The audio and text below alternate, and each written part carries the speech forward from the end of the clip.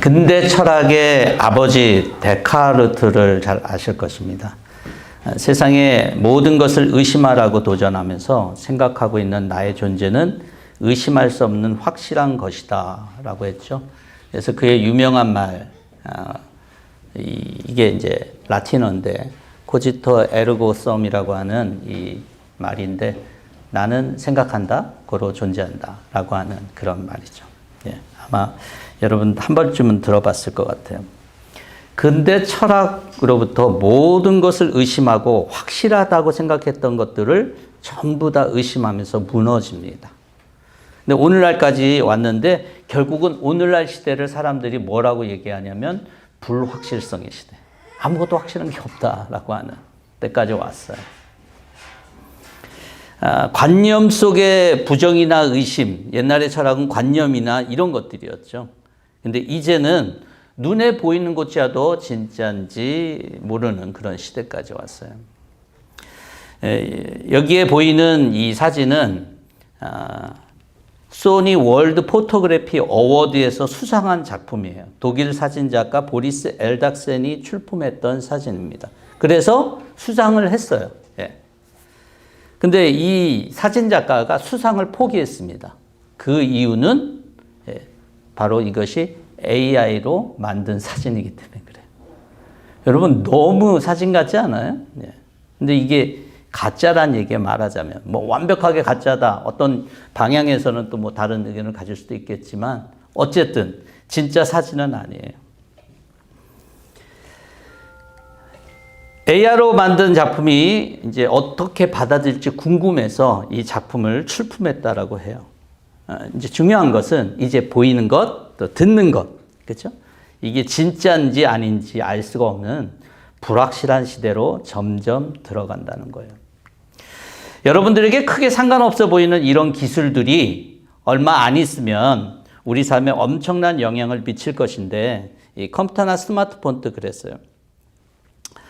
어제 조 목사님 통해서 이 IT 제레미 지역에서 이 주드라고 하는 사역자가 보낸 이메일 중에 한 사진인데요. 근데 갑자기 정기적인 후원이 끊겨서 1780불 중에서 1000불이 부족하다는 SOS 메일을 봤어요. 그 지역 고아들이나 사역자들은 아침에 일어날 때 아마 먹거리에 대해서 고민할 거고, 일할 거에 대해서 당연히 오늘 어떻게 일을 하나, 갱들이 다 가져갔다 그러니까 또 자신의 생명조차도 그렇게 보장이 안 되는 삶을 살겠구나라는 생각이 저는 그걸 보면서 들었어요. 도와줄 수 있는 분들이 있다면 참 좋겠다라는 기도를 좀 했습니다. 그들의 불안과 고통에 비해서 우리의 삶은 굉장히 평안하고 자유롭습니다. 이런 소식을 들어도 여러분들 중에 어느 누구도 제가 거의 99% 확신하건대 내일 아침에 여러분들이 일어날 때 이 제레미 지역의 사람들이 겪는 고민이 내 고민이 될 것이야 라고 생각하는 사람은 아마 1도 없을 거라는 생각이 들어요. 우리 모두는 각자 은연중에 내 삶에 변함이 없는 이 자유와 또 평안에 대한 확신을 가지고 내일 아침 여러분들이 눈을 뜰 거예요. 그건 분명해요. 인간은요, 어느 방향이나 어느 모양이나 말을 그렇게 많이 안 해서 그렇지 확신에 따라 움직이고 확신을 따라 결정하고 확신을 따라 살아갑니다. 환경에 따라 가지고 있던 확신이 변하기도 하고 또 강해지기도 하고 약해지기도 하지만 확신을 따라 사는 건 분명해요. 어떤 확신은 내 인생을 완전히 바꾸기도 합니다. 사람에 따라 다르지만 큰 고통을 겪게 되면 삶의 확신이 변하기도 하지만 대부분은 이 변하는 방향이 약해지는 부분으로 변해요. 큰 고통을 받으면, 제가 앞서 말씀드린 제레미 지역 그 아이들, 또 거기 사람들, 또 그렇겠지만, 뭐 지금 전쟁을 겪고 있는 이스라엘이나 팔레스타인이나 우크라이나, 이런 사람들은 내일의 삶에 대해서 자기가 갖고 있던 확신들이 굉장히 슈링크되고 약해질 것은 분명해요. 근데 오늘 욥기 19장에 보면요, 다 읽지는 않았어요. 좀 길기 때문에 다 읽지는 않았는데 욥기가 갖고 있는 이 처한 상황을 우리가 잠시 오늘 읽지는 않았지만 좀 본다라면 8절부터 보면 하나님으로부터의 그러한 문제점이 욥에게는 있었어요. 하나님이 어두움으로 자신의 삶을 가로막고 내 영광을 거두어 가시고 머리에서 면류관을 벗겨 가셨다. 내 온몸을 두들겨 패시고 내 희망을 뿌리채 뽑아버렸다. 예. 엄청난 그런 일이 있죠. 13절부터는 나를 아는 이들마다 친척들도 버리고 가까운 친구들도 있고 내 집에 머무르는 나그네와 여종까지도 나를 낯선 사람으로 대하고 그들의 눈에서는 나는 완전히 낯선 사람이 됐다라 그래요. 더군다나 아내조차도 살아 숨쉬는 거 싫어하고 친형제도 나를 역겨워한다라고 합니다. 어린 것들까지도 나를 무시하고 내가 일어나기만 하면 나를 구박한다. 친한 친구들도 꺼리고 사랑하는 이들이 등을 돌리고 20절에 보면은 나는 피골이 상접하여 뼈만 앙상하게 드러나고 잇몸으로 겨우 연명하는 신세가 되었다. 하나님께 버림받은 영적인 고통, 사회적인 고통, 외로움, 자존심이 송두리째 짓밟히고 온몸이 병들고 이가 다 빠져서 잇몸으로 겨우 연명하는 이 엄청난 고통의 삶, 이것이 바로 지금 욥의 처지였어요. 이런 정도의 처지면 여러분 자기가 갖고 있는 확신에 있어서 긍정적으로 생각할 수 있는 것들이 거의 없을 만도 해요. 근데 이 모든 것들을 앞에서 다 얘기하고 이 모든 것을 다 얘기하고 욥이 확신하게 말하는 것들이 오늘 본문에 있어요. 오늘 우리가 25절과 26절을 다 같이 읽기를 원합니다. 같이 읽겠습니다. 그러나 나는 확신한다. 내 구원자가 살아계신다. 나를 돌보시는 그가 땅 위에 우뚝 서실 날이 반드시 오고야 말 것이다. 내 살 것이 다 썩은 다음에라도 내 육체가 다 썩은 다음에라도 나는 하나님을 배울 것이다. 여기서 그는 세 가지 확신을 하죠. 첫 번째는 내 살아계시는 구원자가 있다는 거예요. 둘째는 그가 구원자가 나를 돌보실 것이라는 거예요. 셋째는 내 살 것이 다 썩은 다음. 이건 뭘 얘기합니까? 죽은 다음에. 그렇죠? 내 육체가 다 죽은 다음에 또 하나님을 뵐 것이다라고 말합니다. 확신합니다. 이것은 뭐 신학적으로 해석하면 구원의 확신, 견인의 확신, 또 부활의 확신 뭐 이렇게도 얘기할 수 있어요. 제가 신학적으로 말하니까 이게 그리스도인들에게만 해당된다라고 생각할지 모르지만 그렇지 않습니다. 여러분 아십니까? 세상 사람들도 이런 동일한 확신을 해요. 예를 들어서 자기네 삶을 구원하는 게 돈이라고 생각하는 사람은 그 돈이 자기를 구원할 것이라고 생각하고 그 돈이 나를 지켜줄 것이다라고 생각해요. 물론 죽고 난 다음에 부활시킬 거라고 생각하지는 않을 수 있지만 모르겠어요. 불로초를 이렇게 구했던 그런 진시황처럼 오늘날 또 영원토록 살 방법을 찾는데 모든 돈을 들이는 사람들이 그런 마음을 갖는지 모르겠지만 어쨌든 돈은 한계가 있어도 어떤 종교나 어떤 그런 것들, 가치 체계 속에서는 또 다시 태어날 것들에 대한 생각도 같습니다. 여러분, 우리 이 모든 것들이 기독교 신앙만이 아니라 모두 믿음의 문제인 것을 보게 됩니다. 그런데 그 무엇을 제일 우선순위로 두고 있느냐 하는 것이 자신의 신앙, 자신의 믿음인 거예요. 근데 세상 사람들이야 어떤 문제를 갖던 어떤 믿음을 갖던 사실은 우리가 얘기할 바가 아니죠. 예수를 믿는 사람들에게 문제가 아닐까. 표면적으로는 예수님에 대한 구원, 예수님이 나의 구원자야 라고 말하지만 진짜 실질적으로는 자신을 구원자로 믿는 것을 따로 두는 경우도 있을 수 있습니다. 이스라엘 백성들이 그랬잖아요. 하나님을 그렇게 표면적으로 믿었지만 그들의 삶은 어땠어요? 하나님을 떠난 삶이었잖아요. 여러분들은 누가 여러분들의 삶을 구원할 자로 여러분들은 생각하고 믿습니까?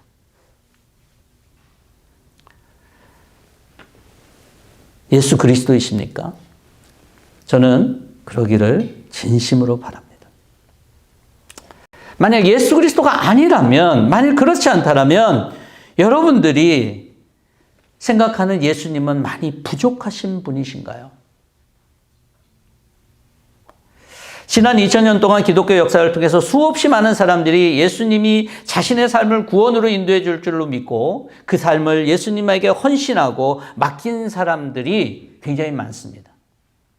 근데 아무리 많아도 오늘날 예수님을 믿고 의지하기가 쉽지 않은 이유가 있다라고 생각해요. 많은 사람들이 예수 믿자 그러면 믿습니까? 쉽지 않아요. 근데 그 이유가 크게 두 가지인 것 같아요. 첫 번째는 예수를 믿는 사람 그 자체가 그런 확실한 경험이 없어서입니다. 예수님을 만났다든지 예수님을 확신하는 그러한 것들이 없었을 거예요. 두 번째는 예수님을 만났다고 하고 확신이 믿고 의지하는 그런 사람들의 삶을 보니까 실망스러운 거예요. 그래서 회의감을 드는 거예요. 대표적으로 이 두 가지 때문에 오늘날 사람들이 예수를 믿기를 굉장히 어려워하고 꺼려할 수 있다라고 하는 것입니다. 이 두 가지는 제가 목회를 생각할 때 가장 깊게 생각하고 고민하는 것이에요.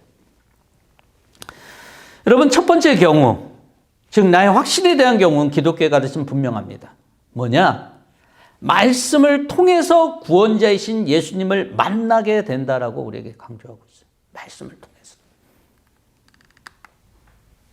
여러분, 베드로전서 1장에서 이렇게 얘기합니다. 이 서신을 받는 사람들에게. 여러분은 예수 그리스도를 본 일도 없고 또 그를 보지 못하면서도 사랑하고 믿으며 말로 다 표현할 수 없는 즐거움과 영광을 누리면서 기뻐하고 있다라고 얘기를 해요.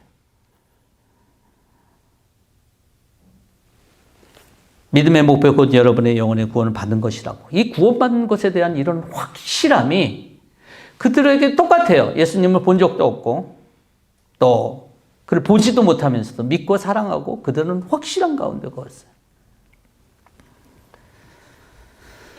그게 신앙이죠. 그게 신앙입니다. 근데 어떤 분들은 자꾸 신비한 경험이나 특별한 체험을 통해서 예수님을 만났다라고 하는 것을 자랑하는데, 뭐 개인적으로야 뭐 그런 부분들에 대해서 그렇구나라고 하지만, 여러분 기독교는 이런 것을 통해서 구원을 얻는다라고 절대 인정하지 않습니다.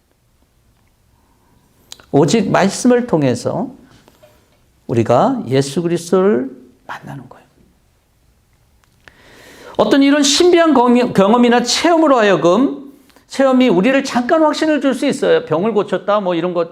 그런데 그 한 번만 가지고 인간이 이렇게 만족하는 존재가 아니거든요. 더 큰 것, 또 다른 것 없나라는 생각을 자꾸 하게 돼요. 그러면 어떨까요? 그런 쪽에 관심을 갖겠죠. 근데 그런 쪽으로 얘기하는 단체나 또는 이단이나 사이비 쪽을 추구할 수밖에 없어요. 여러분, 확신이 중요하죠. 근데 내가 갖고 있는 믿음이나 확신이 진짜 하나님이 인정하는 거냐 안 인정하는 거냐라고 하는 게 더 중요한 거 아니겠습니까? 아무리 내가 확신해도 이게 하나님이 인정하는 것이 아니라면 소용이 없는 거죠. 성경은 아들 예수 그리스도 외에는 아버지께로 갈 자가 없다. 이것이 성경이 선언하고 있는 거예요. 쉽게 말해서 하나님께서 이렇게 믿으라고 선언했는데 하나님 저 나름대로 이렇게 믿으면 더 확실하게 믿을 수 있을 것 같아요. 이렇게 믿는 것이 저에게 알맞는 방식에 이렇게 믿고 싶어요 라고 한다라면 이거는 믿는 것이 아니다라고 하는 거예요. 왜냐하면 이미 자신의 생각이 자리하고 있기 때문에 거기에 주인이신 왕이신 하나님이 예수님이 자리할 틈이 없는 거예요. 하나님의 말씀을 어기는 거죠. 성경은 생명의 말씀이신 예수 그리스도에 대한 것입니다. 그래서 요한일서 1장 1절에 보면은 이 글은 생명의 말씀에 관한 것입니다. 이 말씀을 태초부터 계신 것이고 우리가 들은 것이고 우리 눈으로 본 것이고 우리가 지켜본 것이고 우리 손으로 만져본 것입니다. 이 생명이 나타났습니다. 우린 그것을 보았습니다. 이 생명이 누구라고요? 바로 예수 그리스도예요. 바로 말씀이신 예수 그리스도예요. 우리가 보고 들은 바를 여러분들에게 선포합니다. 우리는 여러분도 우리와 서로 사귐을 가지길 바라는 것입니다. 우리의 사귐은 아버지와 또 그의 아들 예수 그리스도와 함께하는 사귐입니다. 여기 사귐이라고 얘기했을 때 어떻게 사귐을 갖습니까? 선포하는 자, 사도들이 말씀을 가지고 증거할 때 사귐이 되고 예수님과 사귐이 될 수 있다는 거예요.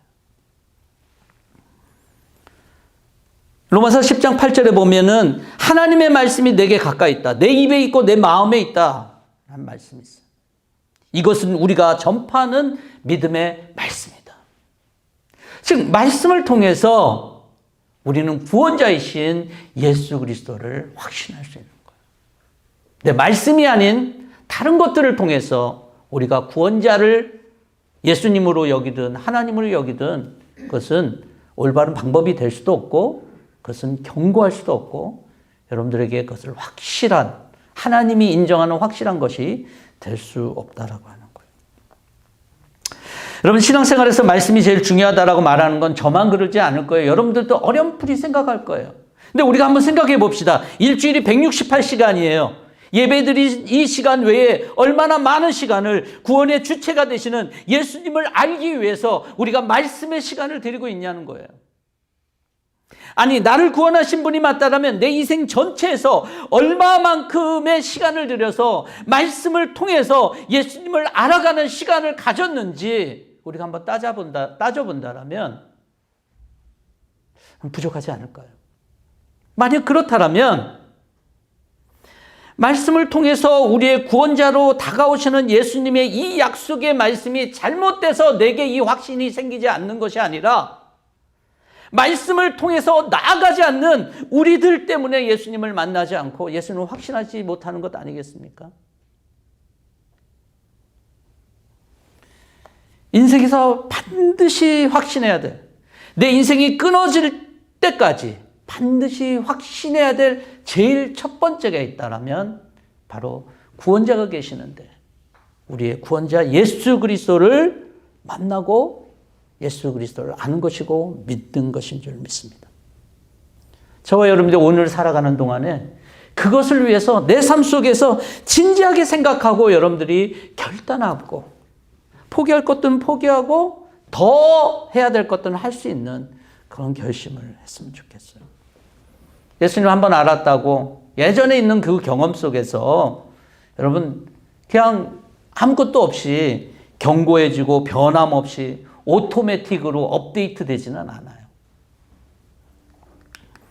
세상이 죄 가운데 노출되고 사단이 우리로 하여금 주님의 믿음을 흐트러뜨리고 있는 이 시대 속에서 당연히 우리가 가만히 있는다라면 우리 믿음이 무너지고 삶의 보람을 느낄 수밖에 없어요. 저 여러분들이 이 연말을 올해를 한 해 놔둔 이 시점에서 말씀을 통해서 예수님을 붙잡고 확신하며 주님과의 교통 속에 사귐 속에 있는 그 축복을 누릴 수 있기를 바라요. 둘째로 보면 욥이 확신하는 것은 구원자가 나를 돌보신다는 거였어요. 우리의 구원자는 예수님이에요. 예수님을 믿으면 예수님이 지키셔요. 그럼 누구를 지키냐면 예수님 뜻대로 사는 사람이죠. 예수님의 사람들 지키시는 것 아니겠어요? 예수님이 예수님의 사람도 아닌데 지키시겠어요? 당연하죠. 요한복음 13장 1절에 보면 이렇게 말씀하고 있어요. 자기가 이 세상을 떠나서 아버지께로 가야 할 때가 된 것을 아시고 세상에 있는 자기의 사람을 사랑하시되 끝까지 사랑하셨다. 끝까지 사랑하셨다. 욥이 좀 억울하다라고 말하잖아요. 왜 억울하다고 말했냐면 욥은 하나님 말씀대로 살았기 때문에 그렇게 억울했을 거예요. 하나님 말씀대로 살지도 않았는데 이렇게 억울할 수 있는 사람은 없어요. 여러분 아까 전에 잠깐 앞부분에 대한 말씀을 나눴지만 주변 사람들이 다 차가운 눈빛으로 자기를 봐요. 야, 네가 이걸 잘못했고 이걸 잘못했고 지금 우리가 잘 알다시피 친구들도 그러잖아요. 만약에 그가 그런 삶을 살지 않았다면 진작에 내가 잘못했다라고 얘기했을 거예요. 친구들 말처럼. 여러분 사람이요 이게 죄를 짓고 이제 감옥에 가는데 형사들을 치조하는데 형사들이 한 사람만 가지고 오질 않는데요. 여러 사람이 돌아가면서 이것저것을 다 묻는데요. 그러다 보면 시간 또 주고 막 그런 보면 사람이 지쳐갖고 거짓도 고백한다 그러잖아요. 자백한다 그러잖아요. 처음에 완고했다가도 여러분 이런 치료를 견디지 못해요. 여러 사람들이 부정적으로 말하는 말을 인간이 쉽게 견디지 못해요. 아무리 멘탈이 강해도요. 여러분 우리가 악성 댓글 왜 그렇게 얘기합니까? 악성 댓글이 여러 사람들의 부정적인 얘기 아니에요. 아무리 멘탈이 강해도 그거를 견딜 수가 없다는 얘기예요. 인간은. 근데 지금 욥의 경우가 어때요? 욥의 경우가 이래요. 그런데 그가 욥이 아무리 사람들이 그래도 그가 확신하고 있는 게 뭐라고요? 저가 나를 끝까지 지키실 것에 대한 확신이 있었다는 거예요.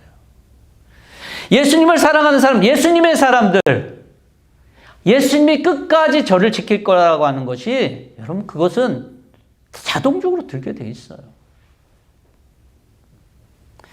예수님의 사람들이 누구냐라고 하는 것이 더 중요한 거예요. 예수님은 지키셔요. 하나님은 지키셔요. 근데 누가 예수님의 사랑하는 사람, 예수님의 사람들이냐는 게 중요한 거예요.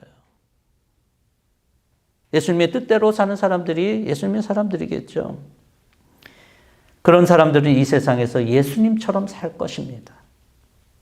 예수님의 마음으로 예수님의 사랑을 나타낼 거예요.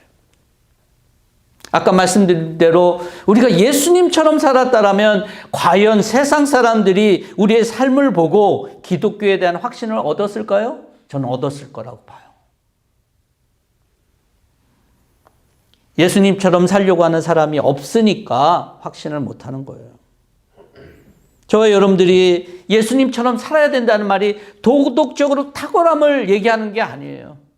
예수님 우리에게 부탁한 게 있어요. 제자들에게. 뭡니까? 사랑이잖아요. 사랑. 말하는 사랑이 아니라 사랑은 수고하는 거고요. 사랑은 액션이 있는 거예요. 희생이 있는 거고.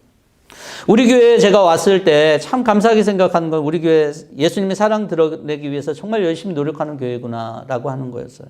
IT 고아를 위해서 지난 수십 년간 기울여온 그런 조 목사님과 차사모님 그리고 여러분들의 관심과 사랑이 결코 쉽다라고 저는 생각하지 않습니다. 그 가치 있는 거예요. 그 사람들에게는 예수님을 드러내줬다라고 저는 믿어요. 그렇지만 이것이 지난 역사에서 끝나서는 안 돼요. 나 여태까지 열심히 했으니까 이제부터 쉬겠다가 아니라는 거죠. 계속적으로 나가야 돼요. 언제까지? 죽을 때까지 그리스도의 사랑을 드러내야 돼요. 우리 교회가 어떤 일이든 이 세상에 어떤 도움이 필요하다면 그들에게 나아가야 돼요. 우리가 남는 것으로 하는 거 아니죠. 어렵지만 하는 거죠. 그럴 때 주님은 우리의 삶을 지켜줄 것인 줄 믿습니다. 여러분들이 여러분들의 삶을 책임지려고 할 때 제일 두려운 것은 내가 힘이 떨어지거나 아플 때가 아니에요. 근데 예수님께서 우리의 삶을 책임져 주신다는 거예요. 그러니까 힘을 얻을 수 있다는 것입니다. 저와 여러분들에게 있는 확신이 이 확신이 되기를 원해요. 이 확신을 가지고 우리가 끝까지 예수님의 사랑을 증거할 수 있는 저와 여러분 될 수 있기를 바라요.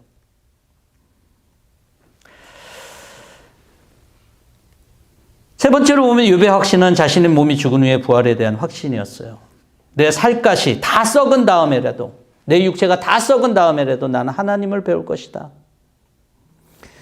죽음 이후에 다른 세상이 펼쳐질 것이다 라고 하는 것에 대해서 그렇지만 그 세상 속에서 하나님으로 인해서 영원토록 살 인생들과 영원한 저주 가운데 살 이 세상으로 펼쳐질 거예요.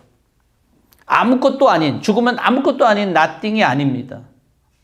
인생을 살 동안 어떤 삶이 펼쳐질 것인가에 대한 하나님의 플랜을 성경을 통해서 우리는 듣게 돼요. 그래서 우리는 이 부활의 확신과 약속이 저와 여러분들에게 필요합니다. 예수님이 마르다와 마리아의 그 오라비 나사로가 죽었을 때 그 죽은 무덤에 가기 전에 마르다에게 이렇게 얘기하죠. 우리가 잘 아는 말씀처럼 나는 부활이요 생명이니 나를 믿는 사람은 죽어도 살겠고 살아서 나를 믿는 사람은 영원히 죽지 아니할 것이다. 내가 이것을 믿느냐? 저와 여러분들에게도 질문이 내가 이것을 믿느냐라고 하는 거예요. 부활에 대해서 우리는 분명히 알아야 돼요. 부활은 이 세상이 죽은 다음에 갑자기 죽는 그 순간에 하나님께서 신비한 어떤 그런 생명력을 발휘해 갖고 우리 가운데 주는 게 아니에요. 우리 가운데 영생이 있기 때문에 부활하는 거예요. 예수를 믿는 자마다 주는 하나님의 영생이 있기 때문에 부활하는 거예요. 오늘이라고 하는 시간에 그것이 필요한 거죠. 그렇기 때문에 이 부활의 역사를 믿는 사람들은 죽음에 대한 것들 두려워하지 않고 죽음 이후의 삶에 대한 확신이 있습니다. 목사님 부활이 있으면 좋죠. 부활이 있으면 좋으니까 그래 믿는 걸로 하자 이런 것이 아니에요. 부활의 역사를 믿는 자들에게는 삶에 어떠한 고통과 고난이 있어도 내 삶을 변화시키고 내 삶을 완전히 다르게 하실 하나님을 믿기 때문에 지금 고난과 고통이 완전한 낙담에 이르지 않아요. 욥기는 수많은 욥의 고통과 아픔을 묘사하고 있지만 그 가운데 욥은 자신의 삶이 이렇게 끝나지 않는다라고는 확신이 있었기 때문에 나중에 하나님이 나타나서 욥을 그렇게 말씀하실 수 있는 거예요. 욥이 자기가 고통스럽다는 것만 얘기했다면 하나님이 나타나서 욥에 대해서 그렇게 칭찬할 수 있겠어요? 그렇죠? 없죠. 인생은 쉬운 삶이 아닙니다. 우리의 어려움이나 아픔이 아직 다가오지 않아서 그런 걸 못 느끼는 사람도 있겠지만 인생이 쉽지는 않습니다. 현재의 삶이 또 고통을 느끼는 삶이 욥의 수준까지는 아니어도 또 마음대로 되지 않을 수도 있고 아픔을 갖고 있는 사람이 있을 수 있어요.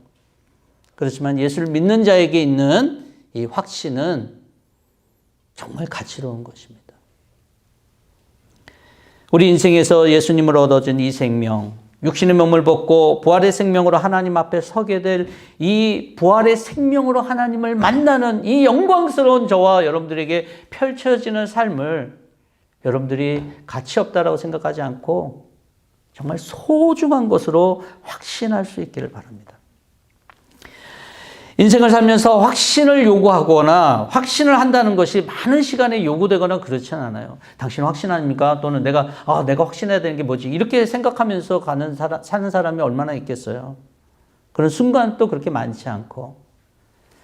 하지만 신앙생활을 한다는 것은 확신이 필요한 거예요. 확신이 되어야 돼요.